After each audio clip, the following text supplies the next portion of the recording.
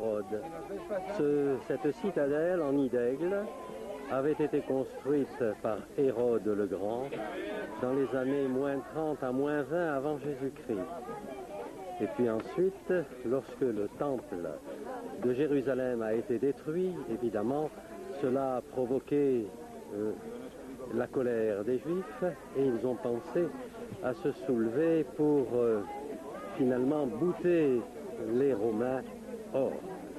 Or, cette citadelle a été utilisée par les Romains dans les années 70 et malgré que ce site fut réputé imprenable, il a été pris par le soulèvement des Juifs zélotes qui ont chassé les Romains de la citadelle. Les Romains ont alors lancé une contre-offensive durant l'hiver 73 après Jésus-Christ. Y ont participé le général romain Silva avec 15 000 hommes et le site a finalement été repris par les Romains. Les Zélotes qui se défendaient, voyant qu'ils allaient être tués par les Romains, se sont entre-suicidés et seuls ont réussi à avoir la vie sauve 2 femmes et 5 enfants qui s'étaient réfugiés dans une citerne. À la suite de cet accident grave de l'histoire, donc, le site est devenu un symbole de la résistance des Juifs contre les envahisseurs de toute nationalité. Les vestiges d'un camp romain 1, 2, 3, avant le au parking, bas de la citadelle. un carré. Vous voyez le carré? Ah oui, oui, oui. C'est un camp romain. Le deuxième derrière le parking. Plus grand. Donc au loin, le bassin nord de la mer Morte.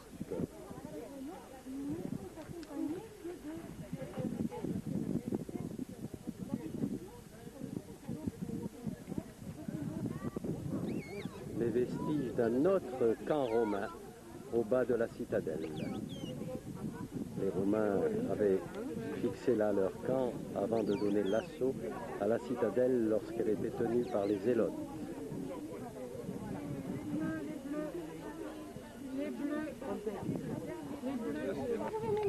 Encore à gauche, Un autre camp romain. une catapulte. Enfin, peut-être que vous ne savez pas que c'est une catapulte, mais de près, on le voit bien. Alors, elle ne date pas des Romains, quand même pas, mais on la retraite dans les marches. Ce sont les ruines de la plus ancienne synagogue d'Israël, construite en -30 jusqu'à -20 avant Jésus-Christ. Dans cette synagogue a été trouvé un fragment de la Torah. C'est ici, dans cette pièce, qu'a été trouvé le fragment de la Torah juive, comme l'indique le panneau.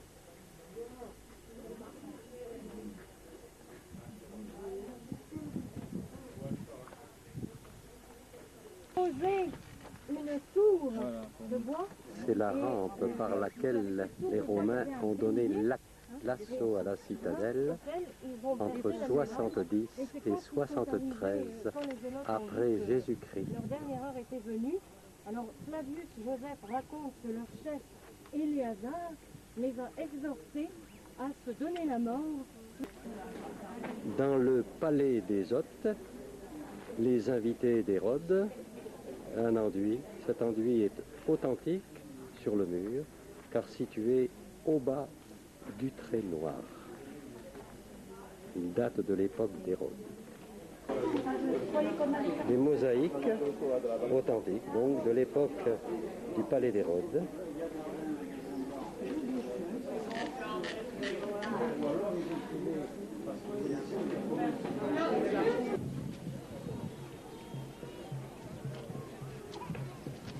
See, my sister has plans to learn today. Voilà, je pense que je vais avoir des gens qui s'amusent à flotter. Et voilà.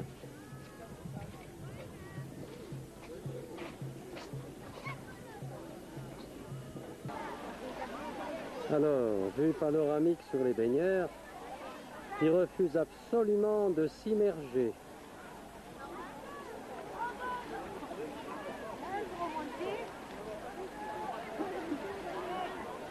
Yeah. Ils vont venir.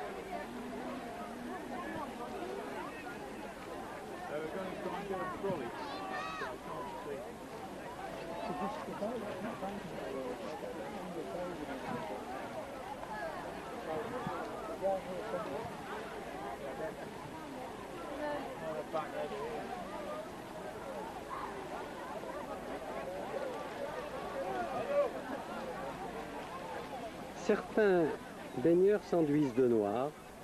Je n'ai pas bien compris pourquoi. En voilà un. Voilà. Complètement enduit comme de goudron. C'est peut-être pour leur peau. Mais ils sont pas rincés tout de suite, hein, parce qu'il n'y a pas d'eau là.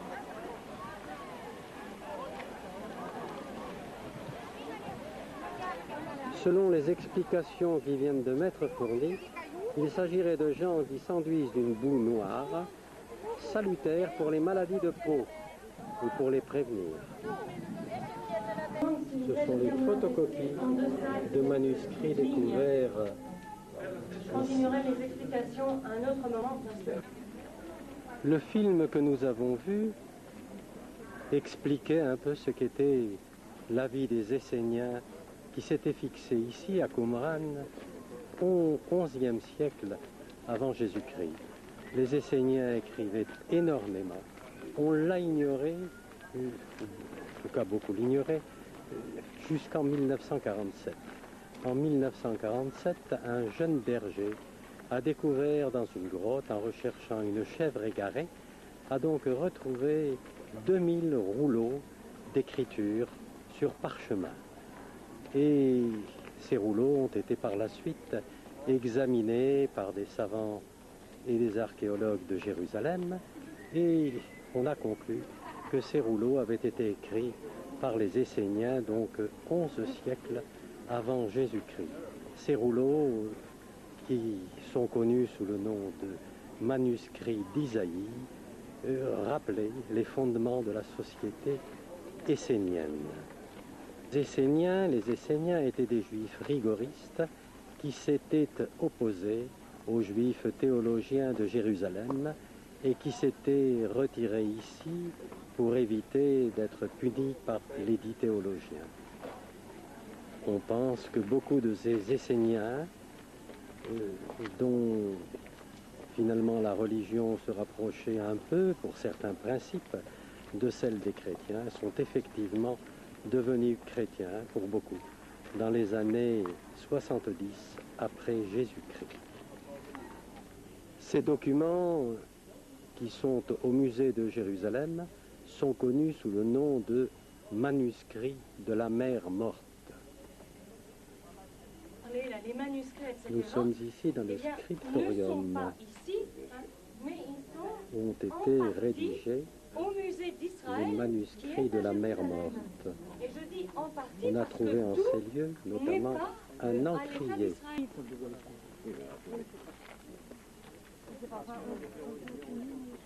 Mais précisément, si vous voulez, c'est ça le spectaculaire. C'est que, étant donné la sécheresse, Les ruines de Qumran.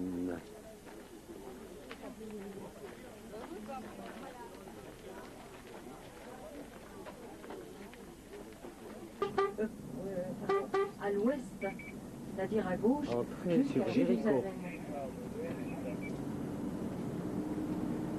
Alors donc ça avait été conquis par Israël au moment de la guerre des 6 jours, oui, et ça a été rendu aux Palestiniens en 1993. Là on vient de passer à la hauteur d'un quasi... Voici, nous sommes devant le lac de Tibériade.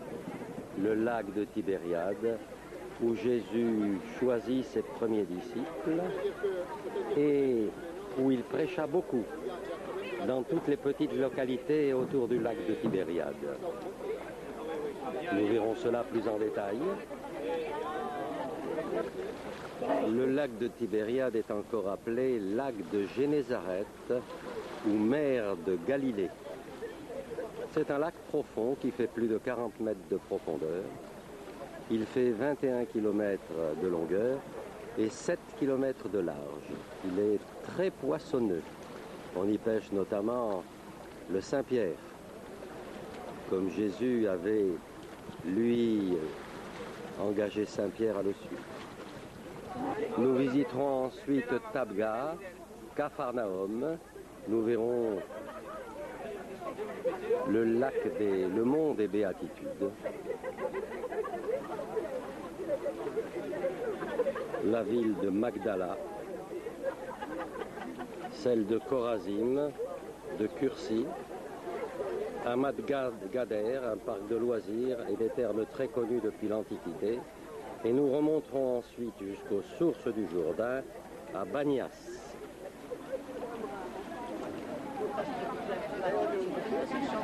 Voici le groupe des pèlerins dans l'attente du bateau.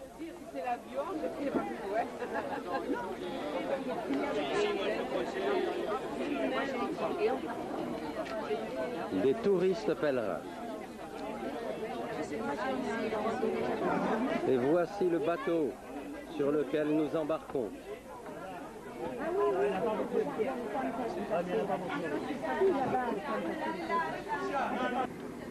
Le salut aux couleurs sur le drapeau. Non, le salut au drapeau sur le bateau. C'est le départ de Tibériade.